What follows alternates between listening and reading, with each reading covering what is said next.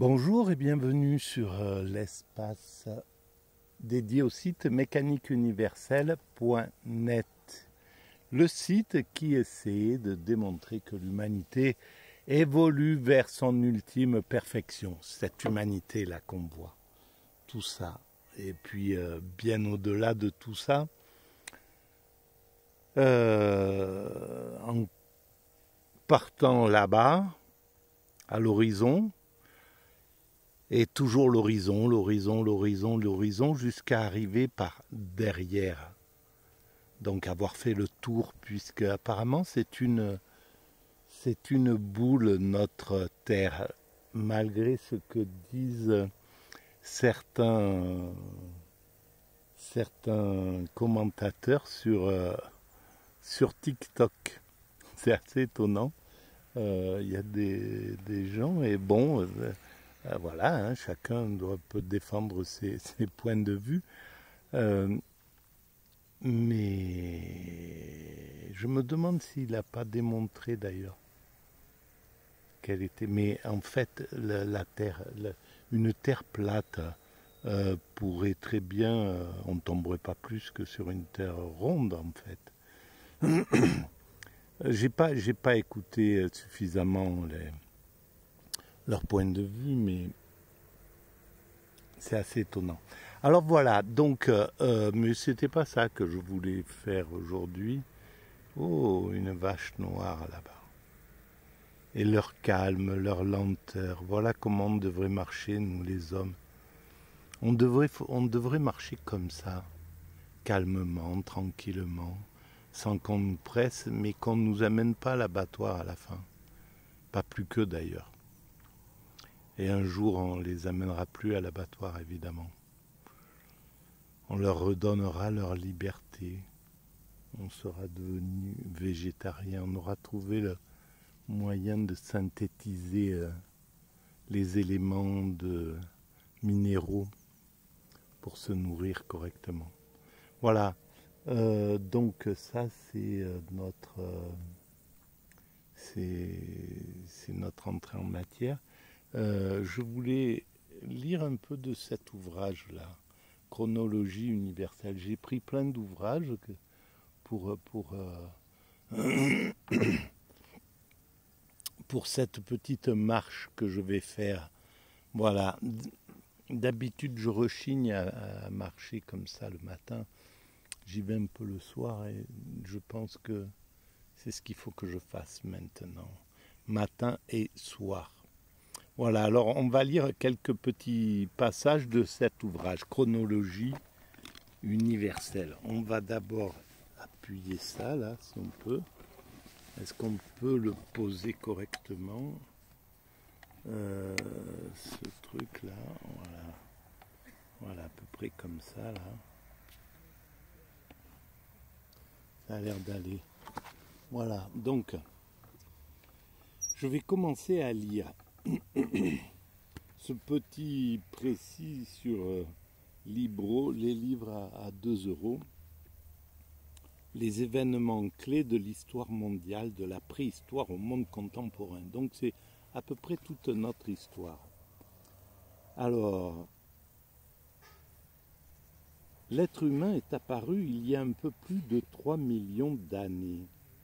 Mais les premiers hommes ressemblaient davantage à des grands singes qu'à nous-mêmes. Voilà, alors déjà là, il y a quelque chose qui me va pas.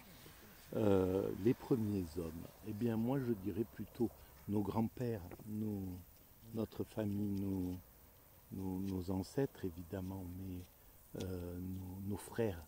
Voilà, parce qu'en réalité, ils ont tous participé à cette création qu'est l'humanité, quoi. Ils ont tous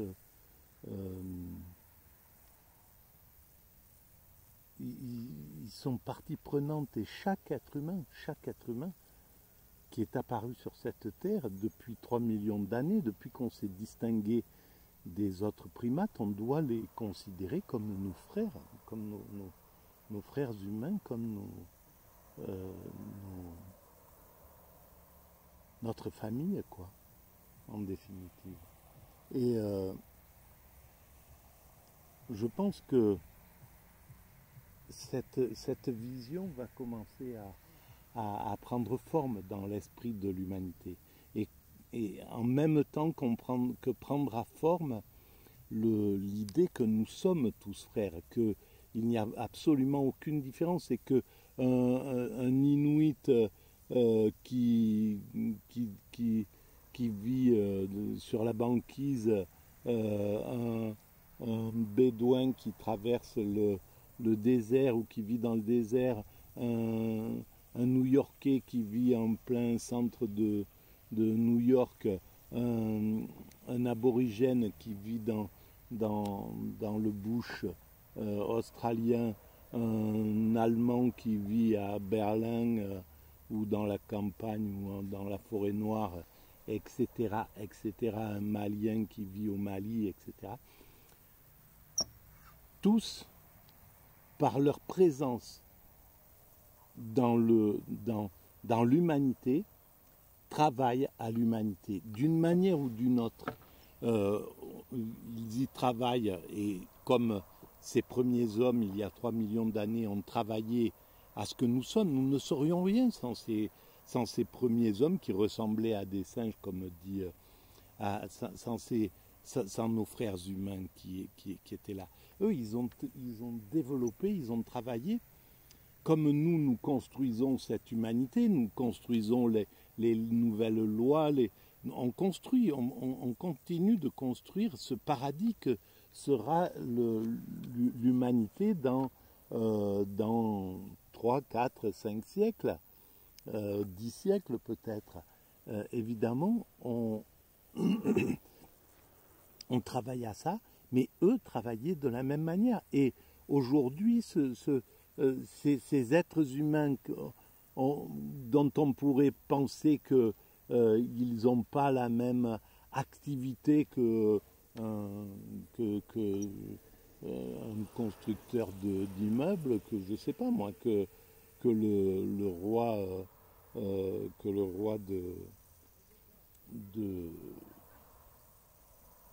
d'Arabie Saoudite qui est en train de construire cette nouvelle structure pour le futur, là, etc. Bon, on pourrait imaginer que ces êtres humains sont moins productifs, mais en fait, ils sont autant productifs dans la mesure où, à partir du moment où on est, entre le moment où nous sommes nés et le moment où nous mourrons, nous donnons toute notre existence à l'humanité. Après, c'est nous qui distinguons, qui avons besoin de dire celui-ci est plus productif que celui-là, etc., etc. Celui-là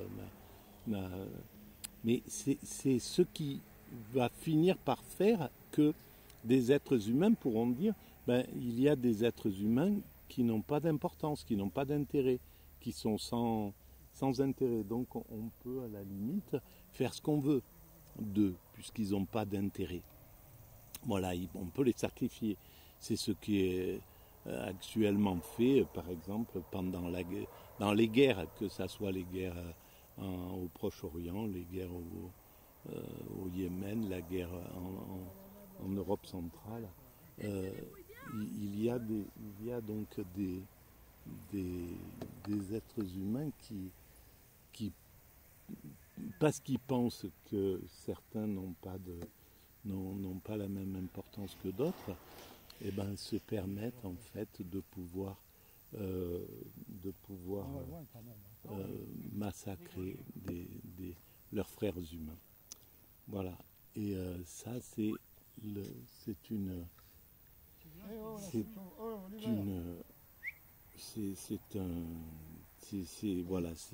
horreur, c'est ça. Et c'est ça que l'humanité doit dépasser à tout prix. On doit arriver à dépasser cette vision. Chaque être humain qui apparaît sur cette terre, et par exemple, voilà, il y a 3 millions d'années, je ne sais pas combien ils étaient, mais peut-être quelques milliers les premiers hommes qui se sont séparés des autres primates. pour fabriquer cette espèce qui est la nôtre. Voilà. Et en fait, comme nous devons respecter ces êtres humains qui ont donné leur vie entière euh, pour faire ce que nous sommes, parce que ceux-là ont travaillé, ont développé notre système pulmonaire, nous ont mis debout, ont travaillé notre capacité du cerveau sans le savoir et sans comprendre ce qu'ils réalisaient. Mais en fait, ils ont réalisé, ils ont sculpté le corps que nous avons aujourd'hui. Et donc, ils ont travaillé exactement comme Eiffel qui a fabriqué sa tour ou des ponts ou des choses comme ça. C'est exactement pareil.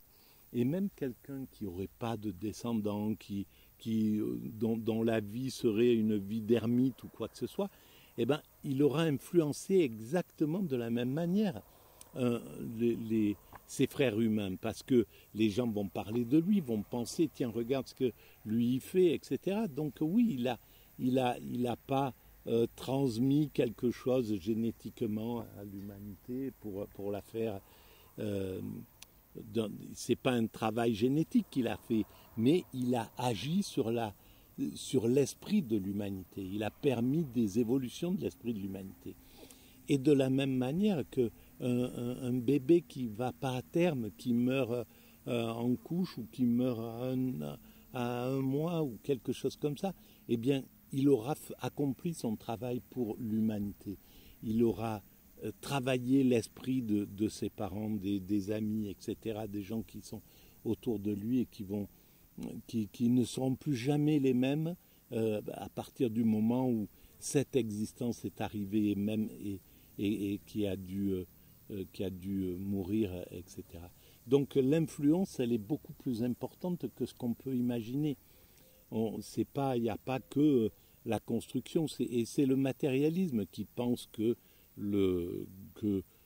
seul ce qui se voit, que seul ce qui vaut quelque chose, de l'argent, etc., a de la valeur.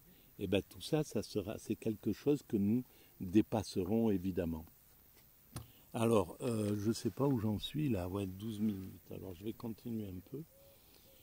Donc, ces êtres humains, donc nos ancêtres finalement, ils continuent comme ça.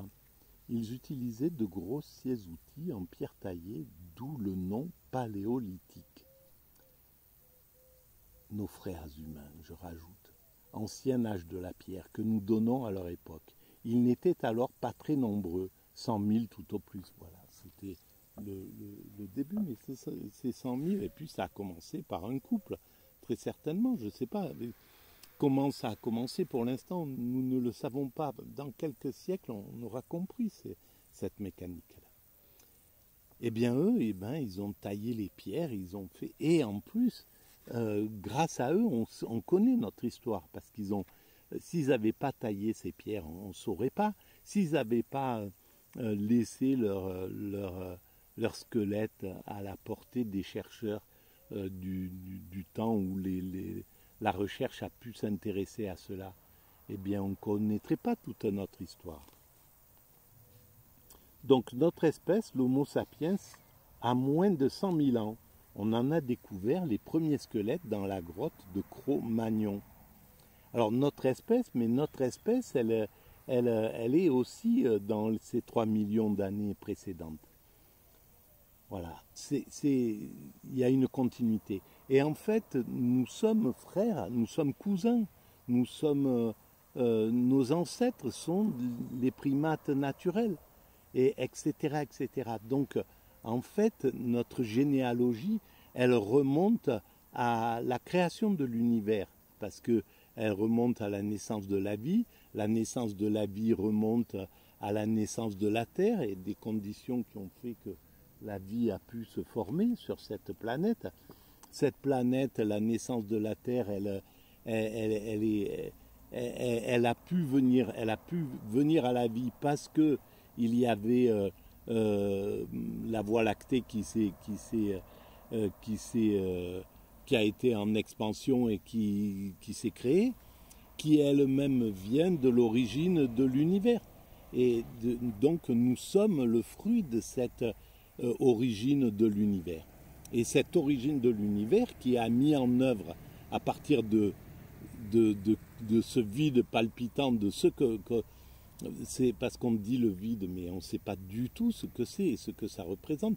Cet instant avant l'univers qui a réussi à envoyer dans à fabriquer la matière, en somme, à faire en sorte qu'à partir de ce rien, de ce qu'on n'imagine rien, qu'on voit comme rien, comme du vide, il a mis en œuvre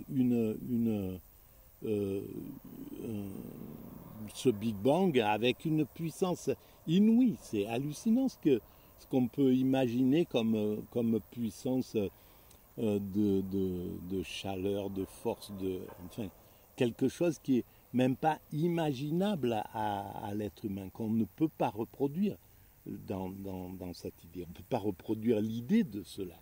Et on ne pourra pas le reproduire. Donc il y a quelque chose qui est au-delà de ça. Cette puissance créatrice que les religions appellent Dieu, c'est tout simplement quelque chose d'incroyable. C'est ce X dont je parle sur la mécanique universelle.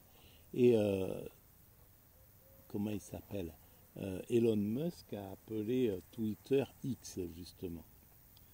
L'inconnu. Voilà. Et malheureusement, bon, bref, je ne vais pas épiloguer sur Twitter. Voilà, ben, je vais arrêter là pour cette vidéo et on va reprendre le chemin, la marche. À très bientôt. Merci à vous.